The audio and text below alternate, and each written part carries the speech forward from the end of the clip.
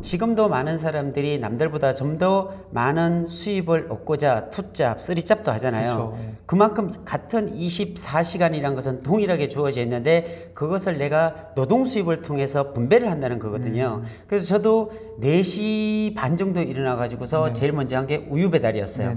그래서 우유 배달을 하고 낮에 또 출근을 해가지고 일도 하고 이러다 보니까 남들보다 조금 더 벌 수는 있었어요.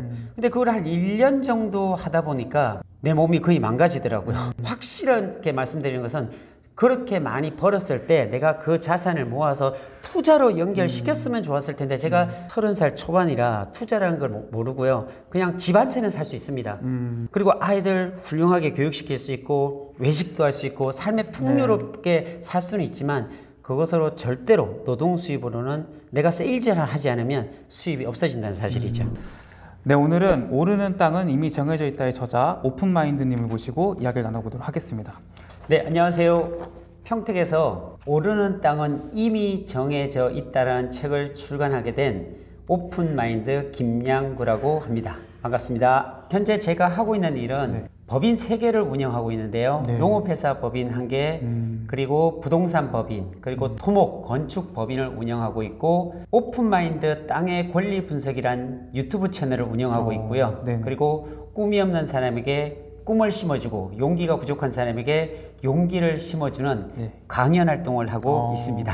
근데 이제 억대 연봉을 벌면서도 부자가 될 수 없다. 이걸 오히려 아셨다고. 제가 그 억대 연봉을 정말 억대 연봉 하면은 굉장히 컸거든요. 그렇죠. 그리고 제가 올해 51입니다. 근데 제가 30살 때 억대 연봉을 받았다는 것은 굉장히 지금보다는 피부적으로 더 크게 와닿았을 그렇죠. 거예요. 그 당시는 훨씬 그거죠. 저희 아이들이 지금 대학생이거든요.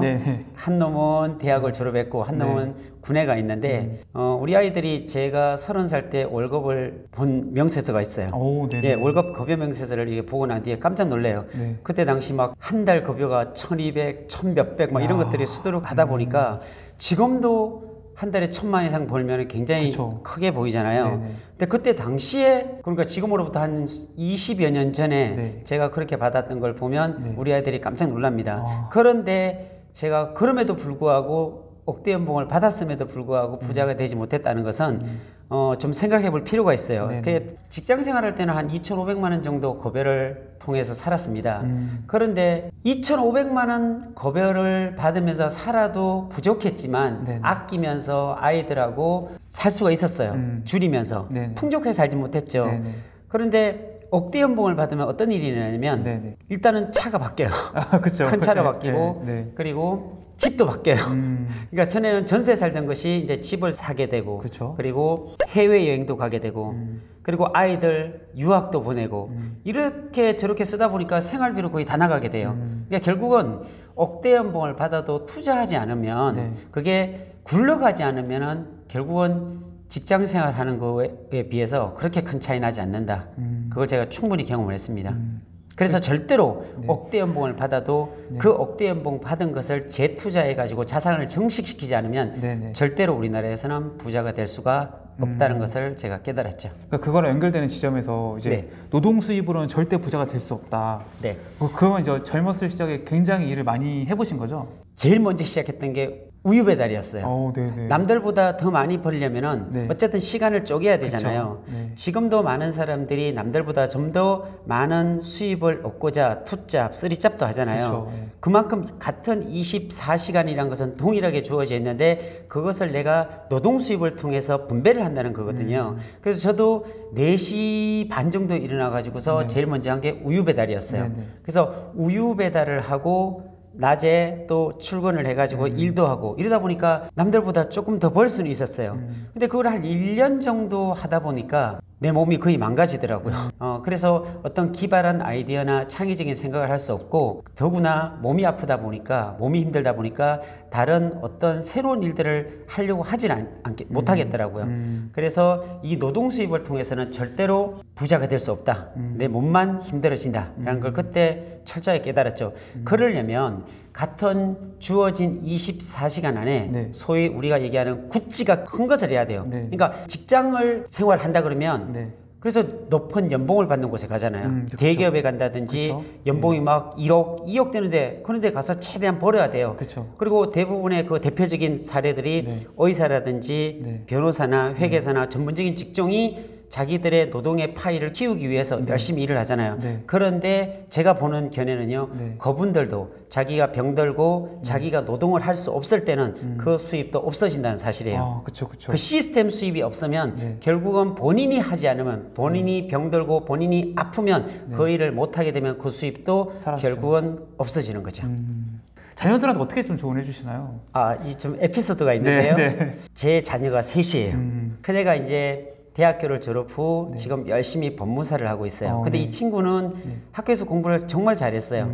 인서울 해서 본인도 회계사가 되려고 열심히 준비를 했거든요. 근데 이 친구가 가만히 회계사를 보니까 그 회계사는 자기 직장 선배를 찾아가 봤어요. 밤 10시까지 외감 다니고 있는 거예요.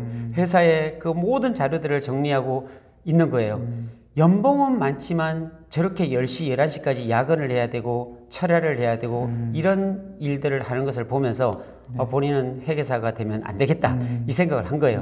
그 다음에 뭘 하려고 그랬냐면 세무사를 한다 하더라고요. 그래서 세무사를 한번 해봐라 라고 했더니 세무사 자격증을 따가지고서 바로 세무사가 되는 줄 알았나 봐요. 세무사가 되신 분들의 얘기를 들어보니까 결국은 한 5년 가까이를 그 밑에서 잡무부터 시작해서 세무에 관련된 일을 다 배우고 난 뒤에 자기가 세무사를 개업할 수 있는 거예요.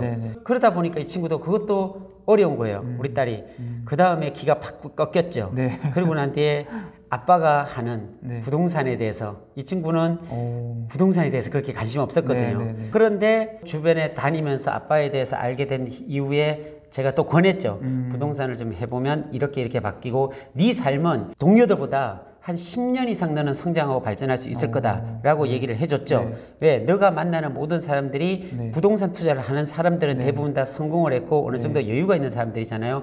그 여유 있는 사람들을 계속적으로 만나는 일들이기 때문에 네가 생각하는 것 이상으로 너를 성장시킬 수 있는 원동력이 될 거다라고 얘기를 해줬어요. 그 이후부터 우리 아이가 부동산에 관심을 갖게 되고 하다 보니까 하겠다고 하더라고요. 그래서 법무사 사무장님 아래에서 등기하는 것들 있잖아요. 실무. 그렇죠. 실무에 대한 것들을 열심히 배우고 있고 그래서 제가 우리 아이한테 그런 꿈을 줬어요. 지금은 힘들 수 있지만 지금은 배우는 게 어려울 수 있지만 네 10년 뒤에는 너는 벤츠를 몰고 있을 거고 네 동료보다 훨씬 더 높은 어떤 퀄리티 있는 그런 직업인으로서 많은 사람들에게 꿈이 되는 그런 사람이 될 수 있을 거다. 이런 용기를 제가 줬습니다. 직장 생활보다는 어떤 사업이라든지 자기만의 어떤 가게라든지 이런 것들을 하라고 얘기해 주고 싶습니다. 직장인이 갑자기 사업을 하기도 좀 어렵다고 생각이 들거든요. 이 사이에 뭐가 있었던 건가요? 있었어요. 제가 사실은 그 직장 생활 3년 후에 어떤 일을 했냐면 학습지 교사를 했어요. 그 학습지 교사를 하면서 제가 제 자신에 대해서 정확하게 깨달은 사건이 있어요. 그러니까 저도 열심히 해가지고 남들처럼 성공하고 싶었는데 학습지를 하면서 문득 이런 생각이 들더라고요. 내 5년 뒤 미래가 굉장히 궁금해지더라고요. 그래서 내 5년 뒤 미래가 어떻게 되어 있을까라고 생각하면서 그럼 나보다 먼저 시작한 5년 선배를 찾아가 보면 거기에 제 모습이 있을 거 아니에요. 그래서 저보다 먼저 시작한 학습지 5년 선배를 찾아가 보니까 팀장이 돼 있더라고요. 그래서 그 10년 뒤 미래를 봤더니 나보다 먼저 시작한 10년 뒤 미래의 주인공은 지국장이었어요. 그런데 그 팀장과 지국장은 여전히 스트레스로 머리가 다 빠지면서 늘 고민하면서 행복하지 않아 보였어요. 그래서 그 팀장이 내 미래, 그 지국장이 내 미래라는 것을 보는 순간 저는 사색하고 말았어요. 내가 이미 딱 정해져 있구나. 내가 이 일을 계속하는 순간 나는 팀장이 돼 있을 거고 나는 지국장이 돼 있을 거고 내 미래는 바꿀 수 없는 그런 환경에 처해져 있구나 라는 것을 깨달았을 때 그걸 굴레라 그러잖아요. 도저히 빠져나올 수 없는 굴레라는 것을 확인했을 때 절망할 수밖에 없었어요. 그때 저는 너무나 내 미래가 바뀌지 않는다는 그 사실 속에 너무나 절망했습니다. 그런데 그것을 탈출할 수 있는 계기가 있어요. 그게 뭐냐면 저희 교회 다니시는 분이 계셨어요. 아주 지극히 평범한 분이셨어요. 그분이 어떤 TV 나오는 분이라든지 굉장히 유명한 분이라든지 이랬으면 제가 이해라도 할 텐데 너무나 평범한 분이었고 또 그분하고 저는 친했어요. 근데 그분을 이렇게 보면 너무 막 열심히 한다든지 정말로 막 이러진 않았어요. 그래서 그분이 무슨 일을 했냐면 보험을 했어요. 제가 생각하기에 저는 학습지 하면서 밤 10시까지 했거든요. 일반 제조업에 다니시는 분이 80만 원, 90만 원 그때 당시 받았을 때 저는 정말 열심히 해가지고 140만 원, 150만 원 받았거든요. 네. 굉장히 많이 받았어요. 그때 당시로 보면은. 그렇게 열심히 일하는데 저분은 그렇게 열심히 하지 않는 거예요. 그때 당시엔 주 5일 근무도 없었어요. 근데 토요일이면 쉬어요. 제가 입장에서 보면 좀 열심히 일하지 가장이 이런 생각만 가졌거든요. 근데 그분이 초대하는 사무실에 가봤어요. 근데 우연찮게 갔는데 그분 책상 위에 이만큼 되는 겁예명세서가 있는 거예요. 이분이 화장실에 간 사이에 겁예명세서를 보면 또 보고 싶잖아요. 그쵸, 사람이 그쵸, 심리가. 그래서 이렇게 엎어져 있길래 신뢰를 무릅쓰고 궁금해서 이렇게 봤어요. 봤는데 한 달 수입이 800 몇십만 원. 120만 원이실 때. 그렇게요. 그 또 하나를 봤는데 900 몇십만 원, 700만 원, 800 이게 5년치 가까이 된 것 같아요. 한두 장도 아니고 이렇게 쌓여 있는 거예요. 제가 그걸 보는 순간 너무 깜짝 놀랐어요. 진짜 등에 소름이 끼치고 식은땀이 나고 표정 관리가 사실 안 됐어요. 그걸 보는 순간 가슴이 뛰었고 그 길로 저는 사무실을 박차고 그냥 나가버렸어요. 차를 타고 오는데 눈물이 막 흐르는 거예요. 그러니까 이 눈물이 기쁨의 눈물인지 너무 속상함의 눈물인지 비참함의 눈물인지는 알 수 없었지만 나와 지극히 비슷한 사람인데 어떻게 저분은 토요일도 쉬고 3, 4시만 되면 퇴근해서 애들과 놀아주고 그분은 놀면서도 이런 수입을 받아갈 수 있을까 의문이었어요. 그러면서 그날 저녁에 와가지고서 굉장히 곰곰이 생각했죠. 밤새 꼬박 세웠습니다. 그러면서 제 속에서는 가슴에 진짜 부글부글 끓었어요. 열정이 완전히 샘솟았고요. 아침이 빨리 되길 바랬어요. 왜? 그분을 찾아가가지고 저 그걸 좀 가르쳐 달라고. 저는 자신이 있었어요. 그 사람이 가능했다면 나도 가능하겠다라는 자신감이었어요. 그래서 아침이 와서 곧장 그분을 찾아갔어요. 출근도 안 했어요. 그래서 찾아가서 저 가르쳐 달라고 부탁했거든요. 가르쳐 주겠다고 얘기하시더라고요. 그때부터 그냥 보험을 했는데 저도 안 해봤으니까 트레이닝 안 됐으니까 잘 하겠어요. 못하죠. 그렇죠? 근데 사람은 누구를 만나냐에 따라서 확실히 바뀌겠더라고요. 아마도 제가 일반적인 보험 설계사를 만났으면 저도 그렇게 됐을 것 같아요. 그러나 그분은 영업하는 방식이 틀렸어요. 단체 보험하는 전체적인 사람들을 다 모아놓고 브리핑하는 일이었어요. 소위 단체 보험 영업이었죠.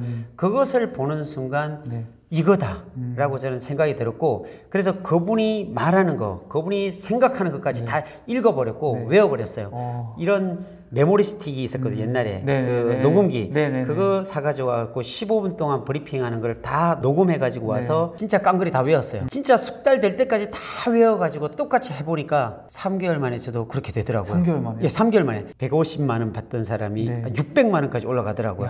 그 다음에 열심히 하다 보니까 그 해에 전국 연도대상 은상을 제가 타게 됐고요. 그 다음에 저도 그때 당시 30살 때 옥대연봉자가 됐어요. 너무너무 열심히 했거든요. 근데 제가 한 가지 정말 열심히 할 수 있었던 그 열정적인 동기는 있어요. 사람이라는 게 특히나 남자는 그렇잖아요. 누군가에게 인정받는 것 때문에 목숨 걸죠. 맞아요. 그쵸. 위에 상사가 너 진짜 최고야. 그쵸. 너는 할 수 있어. 이런 것 때문에 진짜 발목을 새도 힘이 들지 않는 거예요. 저에게는 그런 동기가 있었어요. 어떤 거냐면 그 수원 지점에 가면 옥대연봉자 리스트가 쫙 있어요. 전국에서 제일 잘하는 지점이었거든요. 근데 제가 첫 달 열심히 해서 성과가 나왔어요. 두 번째 달도 잘 됐어요. 세 번째 달도 잘했는데도 칭찬을 안 해주는 거예요. 그분들이 옥대연봉자들이. 제가 우상으로 생각했던 그분들에게 칭찬을 받고 싶은데 그때까지 얘기를 안 넣은 거예요. 그냥 봐도 그냥 대충 인상만 하고 이래요. 근데 제가 5개월째 딱 치고 나갔거든요. 한 달에 보험을 거의 50건 이상씩 했어요. 50건, 60건씩. 한 달에 보험인들의 평균 건수가 몇 건이냐면 3건이래요. 5개월째 되는 때 정말 옥대연봉자들이 저에게 와가지고 야, 김양구 씨 진짜 최고다. 당신 진짜 멋지다. 어디 가서 그렇게 해? 이러면서 제 어깨를 두드려주면서 당신 최고다. 진짜 당신은 프로 세일즈맨이다라고 두드려주는 순간 진짜 제 어깨에 힘이 들어갔어요. 너무너무 감격스럽고 너무너무 자부심이 생겼어요. 그러면서 누군가에게 용기가 되는 말을 제가 받았을 때 아, 나는 열정적이 될 수 있다는 것을 또 발견했어요. 그래서 그 열정으로 진짜 몇 년간 너무너무 많은 계약들을 많이 했죠. 그래서 그럼에도 불구하고 서두에서 말씀했다시피 아무리 억대 연봉을 벌어도 부자는 안 돼요. 확실하게 말씀드리는 것은 그렇게 많이 벌었을 때 내가 그 자산을 모아서 투자로 연결시켰으면 좋았을 텐데 제가 30살 초반이라 투자라는 걸 모르고요. 그냥 집 한 채는 살 수 있습니다. 그리고 아이들 훌륭하게 교육시킬 수 있고 외식도 할 수 있고 삶에 풍요롭게 살 수는 있지만 그것으로 절대로 노동 수입으로는 내가 세일즈를 하지 않으면 수입이 없어진다는 사실이죠.